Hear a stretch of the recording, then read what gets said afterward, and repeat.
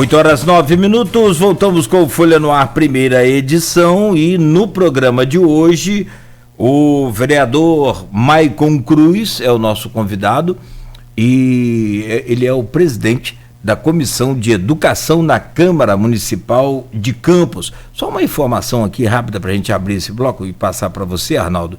Em São Paulo, rapidamente aqui, em São Paulo, as escolas do estado voltaram ontem, né? E o governo de São Paulo diz que 88% das escolas estaduais reabriram as portas na segunda-feira. É ontem, né? Já o sindicato dos profissionais estima que 5% apenas dos alunos foram às aulas. Voltamos com você, Arnaldo Neto, neste bloco.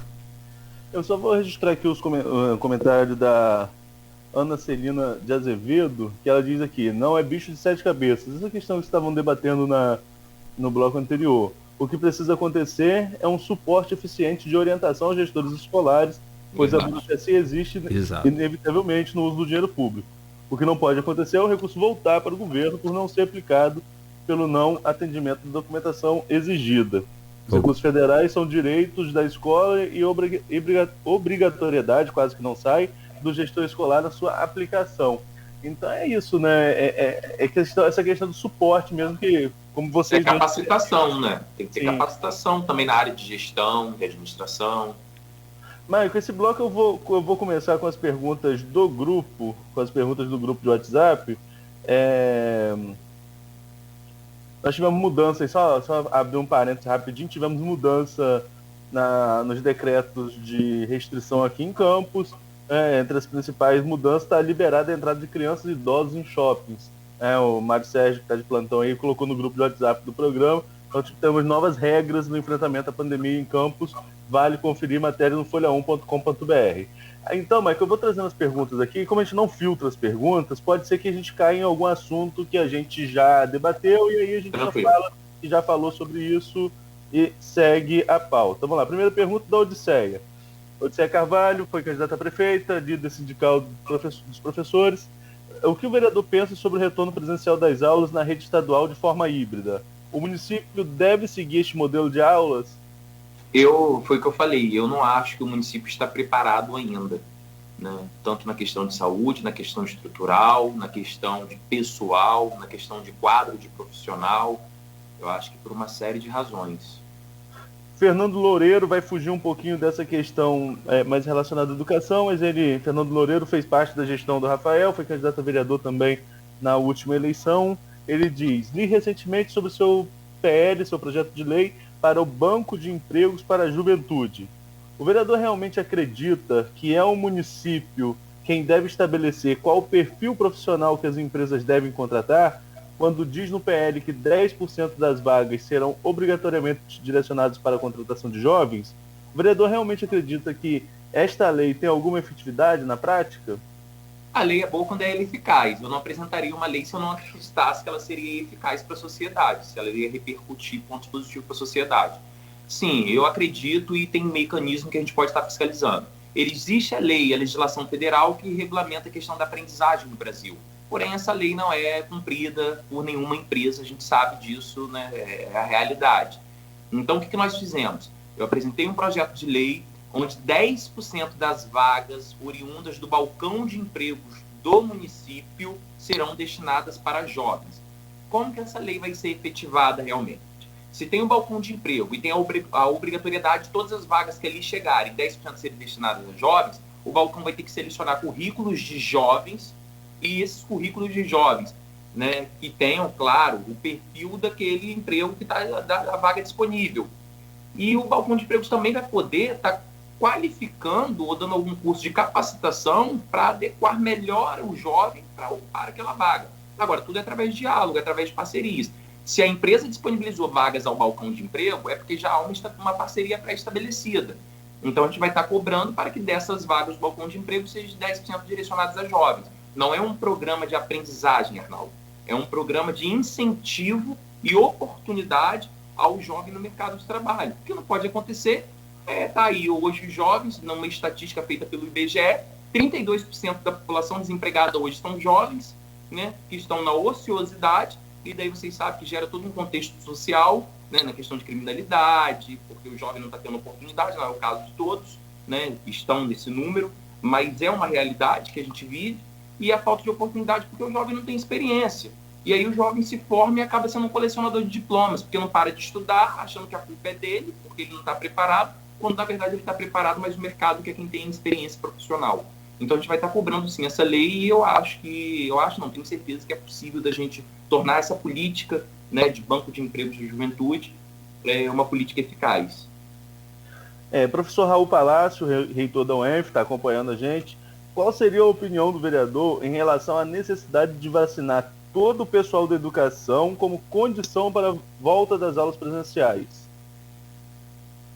Então, eu acho, Arnaldo, que tem pontos, né, que poderiam ser mais debatidos com relação a isso. Eu acho que todos os profissionais da educação que estão no grupo de risco, né, todos os profissionais da educação, mas é como eu falo, tudo isso tem que ser analisado de maneira séria e responsável. Porque eu iria falar que todos os profissionais que são da educação, que estão no grupo de risco, deveriam ser de imediato vacinados, só voltar após vacina. Mas se a gente parar para analisar também, existem profissionais da educação que não estão no grupo de risco, mas dentro de casa tem alguém no grupo de risco. Então, assim, é um detalhe que tem que ser estudado. Eu acho que deve ser vacinado. Mas como eu falei, professor Raul, as escolas não estão preparadas para o retorno, não só por conta da vacina, mas por conta de uma série de contextos. As escolas não estão assim, preparadas para esse retorno, né? Ele também coloca aqui se existe algum trabalho da comissão de educação para que os professores e o pessoal de apoio sejam considerados dentro do grupo prioritário para vacinação. Sim, existe esse trabalho, como eu falei, a gente tem acompanhado lá a proposta da Tabata, que foi aprovada pela Câmara e pelo Senado, e aí a gente está esperando agora ser implementado para a gente também estar debatendo aqui com o doutor Charbel para estar incluindo os nossos profissionais da educação, não só professores, né, o pessoal da limpeza, pessoal que atende na secretaria, os gestores, todos que estão dentro do ambiente escolar estão expostos ao mesmo risco, porque todos têm contato com os alunos, acabam tendo contato com o outro. Então, assim, todos que estão do portão da escola para dentro, né, quando se falar em prioridade na educação, todos devem ser priorizados. Ele também lembra que, sendo um sistema híbrido e à distância, a Câmara poderia ajudar através da TV Câmara. Nós conversamos sobre isso no bloco anterior, e eles puxam um outro tema que nós também falamos, e aí deixa você comentar. A disparidade de inclusão digital é uma realidade dos estudantes da rede. A Câmara, através da Comissão de Educação, poderia ajudar na negociação com as operadoras de telefonia para podermos contar com preços melhores? Há essa possibilidade? Olha, Arnaldo, nós podemos sim abrir esse canal de diálogo, mas eu já tive uma experiência com essa questão de telefonia que não deu muito certo, né? Porque até mesmo disponibilizar uma internet mais barata, a gente vai sempre se esbarrar num problema de questão social mesmo, né? De questão de vulnerabilidade. Diminui a internet, mas e o aparelho telefônico? Às vezes tem famílias que não têm. A gente sabe que a gente encontra com essa realidade porque, como você falou lá no primeiro bloco, eu venho da rede estadual, né? Eu aprendi muito na rede estadual. E na rede estadual foi tentado implementar isso, né? A questão do ensino online até chegou a ter uma plataforma no Google que estava atendendo. Agora também continua com uma plataforma só agora específica. Então, assim, a gente vem acompanhando isso e vem vendo as falhas, onde dá certo e onde dá errado. E ainda há, assim, uma diferença, né, um distanciamento entre um aluno e outro, muitas das vezes nessa questão social. Uns têm condições e outros não têm condições. Tem uma pergunta aqui da Silvana Venâncio, nós já falamos sobre o assunto, mas ela traz um tema aqui, eu vou trazer uma outra provocação em cima dele para ouvir a sua opinião. A Silvana diz, vários lugares estão tendo volta às aulas. Maicon é a favor das voltas às aulas presenciais, porque se tem professores e pais contra o retorno das aulas, vejo movimento também de alguns pais que querem o retorno da mesma. A provocação que eu quero trazer a você é que existia um movimento no Brasil tão forte da escola em casa, né? E as pessoas queriam a educação dos filhos em casa, mas bastou um ano com essas crianças dentro de casa, todo mundo agora quer que volte para as escolas. Qual a sua opinião acerca desse contexto, né, da educação em casa opcional e dessa educação que está sendo em casa imposta devido à pandemia? Eu sou contra esse modelo, né, porque Nada substitui um professor em sala de aula. E eu acho que os próprios pais começaram a chegar a essa conclusão agora, querendo que os filhos voltem para as escolas. Só que tem 2 pontos. Tem pais que realmente querem que seus filhos voltem para as escolas para ter uma aprendizagem mais eficaz, porque, como eu falei, nada substitui um professor em sala de aula. E tem os pais também que, por questão de trabalho, de compromisso, porque está tendo que trabalhar, não está tendo com quem deixar o filho, então também está pressionando com que volte às aulas de maneira presencial, para o filho poder estar ali no contraturno do seu trabalho, ali no contraturno escolar, com a família, mas está no horário de trabalho do responsável dentro da escola. Né? Então, muitos querem que as escolas voltem por isso, né? Porque a vida continuou para muitos. E sem a escola gera um problema maior, porque quem vai se responsabilizar pela criança no período que o responsável está trabalhando? Certo. Eu vou... Agora tem aqui a pergunta do Gilberto. Deixa eu ver se é o Gilberto Gomes aqui, só porque o meu celular deu uma travadinha aqui, só um instante. O Gilberto Gomes, que é líder de movimento estudantil também e foi candidato a vereador na última eleição municipal. E a pergunta dele está um pouquinho extensa, Michael, então pedi para você aguardar a conclusão. Você foi eleito com uma votação expressiva entre os professores da rede pública. Haja visto sua atuação conjunta ao ex-secretário de Educação, Pedro Fernandes, na própria secretaria. No entanto, em uma das primeiras votações na Câmara de Campos, o senhor votou a favor do aumento na contribuição dos servidores para a Previcampus de 11% para 14%, pauta que possuía grande rejeição, principalmente entre os professores do município que o elegeram. Como justifica esta posição para a classe dos professores? Prevendo que sua resposta seja que o voto tenha levado em conta a exigência de adequação pela reforma da Previdência, por que o senhor também não exigiu que a Prefeitura de Campos contribuísse com os 20% também exigidos pela mesma lei? Então, com relação à resposta do Gilberto, eu tive sim uma votação expressiva, né, graças à população campista, a quem eu sou grato e pagarei com muito trabalho, mas minha base eleitoral foi toda na rede estadual, né? 90% da minha base foi na rede estadual. Eu tive pouco acesso, poucos adeptos da minha campanha da rede municipal, até porque eu ainda não tinha esse conhecimento, né? E na rede estadual já era uma realidade.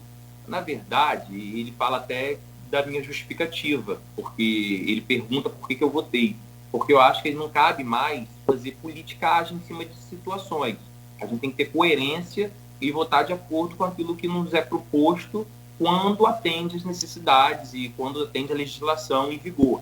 Já foi alterada a Constituição, onde nenhum regime pode sobrepor o regime geral da Previdência. Ponto. Isso é lei. Se nós, vereadores, não aprovássemos isso, seria descontado de maneira automática, só que com um agravante. O município ficaria inadimplente. E o município inadimplente iria impedir da gente estar recebendo recursos e aportes financeiros, tanto do governo federal quanto do governo estadual. Nós teríamos perdido, por exemplo, esses 76 milhões aí que o município está recebendo por parte do governo estadual para a saúde. Então tem que ter coerência. Infelizmente, algumas pessoas não tinham, na verdade, o esclarecimento de que o que nós estávamos fazendo era de obrigação. Né? Como eu falei, nenhum regime pode sobrepor o regime geral da Previdência. E o Estado já contribui, os servidores do Estado já contribuem com 14%, assim como os servidores do governo federal já contribuem. Nós temos prefeituras aqui na região, diversas prefeituras que também já contribuem com 14%. Essa é a realidade, infelizmente. Se tem alguém que é culpado, se tem que reclamar com alguém, vamos reclamar com o Congresso Nacional, que foi o Congresso Nacional que aprovou essa legislação, foi uma emenda à Constituição. Ponto. Com relação ao município, eu sou a favor sim, porque eu sei que essa mudança não vai diminuir ou resolver o passivo futuro, né, do Previcampus. Eu entendo isso. Só que vai ser feito agora um estudo, vai ser feito um plano, e desse plano nós vamos ver a porcentagem correta que o município deve pagar. Isso eu garanto que vai acontecer. O município vai pagar mais. Só que não adianta a gente botar lá 14 para o servidor e 20 para o patronal. Se, na verdade, o patronal pode ser mais um pouco ou pode ser menos um pouco. A gente tem que aguardar esse estudo agora para poder ver essa questão. Seu microfone está desligado, Arnaldo. Um problema simples entre a cadeira e o teclado, que ainda não tinha acontecido na volta. Mas, enfim, esse bloco também é destinado a questões políticas, de bastidores. Você citou aí em sua base, realmente foi a educação estadual. Você caminhou com o Pedro Fernandes na campanha a governador e depois ele secretário, você foi... não sei se qual era o cargo específico, você pode até falar para mim qual foi o cargo específico que você tinha, mas você era tipo um homem de confiança dele aqui na região, dentro da rede estadual. Mas pegando seu histórico político, antes de ser candidato a vereador em Campos, você tentou por 2 vezes em São João da Barra, a primeira com uma votação expressiva, como novidade dentro do cenário, uma votação maior na primeira, depois uma votação menor na segunda. O que levou a você mudar... Foi o contrário. A votação maior foi na segunda. Foi na segunda a maior? Minha memória também não está me ajudando muito hoje. Mas assim, foram votações expressivas dentro do contexto, uma cidade com 9 cadeiras, né, e que os candidatos à eleição têm muita força, nós sabemos como que funciona essa questão da eleição em São João da Barra, com um número reduzido de cadeiras. O que mudou, o que você fez você mudar, sair da disputa em São João da Barra para entrar para Campos, e em Campos uma votação, como você mesmo colocou, votação... Entendeu? Um adjetivo para colocar, uma votação espetacular, porque mais de 3 mil votos, né, para uma pessoa que foi candidata 2 vezes em São João da Barra, está ali entre os 5 primeiros, é algo que chama muita atenção. Só para ajudar a memória de Arnaldo, mas eu não vou falar sério, foi o vereador que me passou mais cedo, Arnaldo. Ele, da última eleição de 2016, ficou na suplência do Gersinho, não foi isso? Gersinho teve, o vereador hoje em Campos, aqui conosco, o Maicon Cruz, lá em São João da Barra, obteve 600 votos e o Gersinho foi eleito com 700 e alguma coisa. Então, ficou muito bem votado aí. A questão, Arnaldo, é que eu não queria mais me envolver em política, né? Você sabe, eu sou funcionário público de São João da Barra e por trabalhar também na prefeitura, comecei minha vida política na cidade de São João da Barra.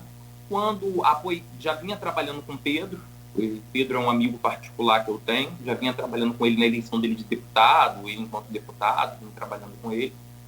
E aí, quando ele assumiu a Secretaria de Educação do Estado, ele me convidou para ser assessor especial do interior, né? Para estar fazendo toda essa parte de ponte entre as escolas, as unidades, tá abrindo um canal direto de diálogo com os nossos profissionais de educação. E aí eu vim e falei, olha, não quero mais saber de político, eu aceito, mas eu quero um cargo técnico, não quero ser mais candidato a nada, não quero me envolver em nada de política. Essa era a minha visão. Porque você sabe que é difícil você mudar uma base eleitoral. É muito difícil. Então eu falei, não quero ser candidato a mais nada. E vim para não ser candidato a nada. Voltei a morar em Campos e vim para não ser candidato a mais nada. Nesse não ser candidato a nada, eu comecei trabalhando quando foi em agosto do ano passado, eu tive o convite do próprio PSC para ser candidato para ajudar. E a gente sabia que dentro do PSC tinha os medalhões que eram os favoritos ali, que era o pastor Marcos Elias e a Roselane do Renê. Aí por trás tinha o Vaine, tinha o Subjax, e eu lá para trás. E eu pensei, ponderei, convidei todos os meus amigos, né, lideranças daqui de Campos para conversar, convidei todos os nossos gestores da educação do Estado para conversar, para que ninguém se sentisse usado. A minha decisão de ser candidato não foi só minha. A decisão, quando eu aceitei o desafio de ser candidato, foi porque foi uma decisão em conjunto. Eu chamei todo mundo para conversa, num café da manhã, no Fit Vivai. E nessa conversa eu falei, gente, tive um convite, o que vocês acham e tal. Eu compartilhei esse convite com as pessoas. E aí todas aquelas pessoas que estavam ao meu redor abraçaram a camisa, viram que era uma boa, e aí nós partimos para a luta. Fizemos uma campanha de muito diálogo, não fiz uma campanha de ostentação, não fiz carreata, não fiz reuniões grandes com mais de 200 pessoas, com mais de 100 pessoas. Só fiz visitas, só fui bater em porta por porta, conversando com 4, 5 pessoas, e esse foi o resultado da minha votação. Eu tive voto na cidade toda de Campos, eu tive voto em todos os locais de Campos, em todos os bairros de Campos eu tive voto, nem que seja 1 voto, 2 votos, eu fui pingando. Não teve nenhum lugar, Arnaldo, de 3.122 votos, não teve nenhum lugar que eu ultrapassei 170 votos. Minha maior votação foi em Goitacazes, 170 votos, a segunda maior votação em Ururaí, com 120 votos, e depois só vem diminuindo e vários lugares eu tive 1, 2, que foi fruto de andar, né, gastar sola de sapato. Então é isso. Aí, como eu não seria mais candidato, não tinha mais pretensão nenhuma, e a população de Campos me deu essa missão, confiou em mim, me dando essa oportunidade. Por isso eu sou muito grato à população e sempre estarei, eu uso como slogan sempre por perto, porque eu estou nas ruas todos os dias, desde que acabou a eleição. Quem me acompanha nas redes sociais está lá, pode ver. A eleição foi dia 15 de novembro, dia 16 de novembro eu já estava nas ruas e estou até hoje e assim permanecerei, sempre por perto das pessoas que me deram a oportunidade. Agora, essa decisão, você colocou aí essa questão do convite do PSC, agora, essa decisão de não ser mais candidato foi fruto desses bastidores de política em São João da Barra, como eu falei? Sim. Eu não queria mais ser candidato, né? É como eu te falei, eu saí, na verdade, eu peguei licença no meu concurso em São João da Barra, saí da cidade, já fiz saí da cidade, na intenção de não ser mais candidato mesmo. Não seria mais candidato a nada. Em São João da Barra, inclusive, eu estava junto com o João Paulo, então saí sem ter pretensão nenhuma, sem ser candidato a nada, só queria fazer um trabalho e tocar minha vida, fazer um mestrado, que meu sonho é fazer um mestrado da UENF, de políticas sociais, que ainda não consegui, tô tendo que adiar mais um pouquinho, mas eu queria só focar nisso mesmo, né? Peguei licença, como te falei, aí fiquei cedido, né? Fiquei permultado na educação, e aí não tinha pretensão, mas foi uma coisa que aconteceu. Sim, mas o que eu diria, voltando à pergunta, houve uma desilusão política da sua parte com relação às tratativas e acordos de bastidores em São João da Barra que te levaram a desistir? Não houve, não. Na verdade, não houve. Não houve nada. Você sabe, eu apoiei na eleição, aí eu trabalhei com o Neco, né? Eu exerci um cargo com o prefeito Neco. A prefeita Carla, embora você sabe que todos nós começamos na política com ela, né? Eu comecei particularmente na política com Carla, até porque quando eu fiz 18 anos, eu passei logo no concurso com 18 anos, ela era prefeita, então eu comecei a ter essa experiência política com ela, mas não teve nada, só teve mesmo porque eu já estava no grupo de Pedro desde a eleição de deputado de 2014, aquela coisa toda, e aí fui continuei e já não queria mais mesmo. Era uma coisa que eu não tinha mais interesse em me envolver mesmo, não. Ok, Nogueira. Fechado então, são 8h31, você está ouvindo a Folha FM 98,3, também acompanhando aí o nosso streaming pelo Face, daqui a pouco esse programa estará editado em podcast. Nós vamos a um rápido intervalo e voltamos para fechar o último bloco, fechar o programa com o último bloco, onde estamos recebendo aqui o vereador Maicon Cruz, presidente da Comissão de Educação na Câmara Municipal de Campos. O programa tem o oferecimento dos laboratórios Plínio Bacelar, Clínica Proteus e de Dedumas Baterias.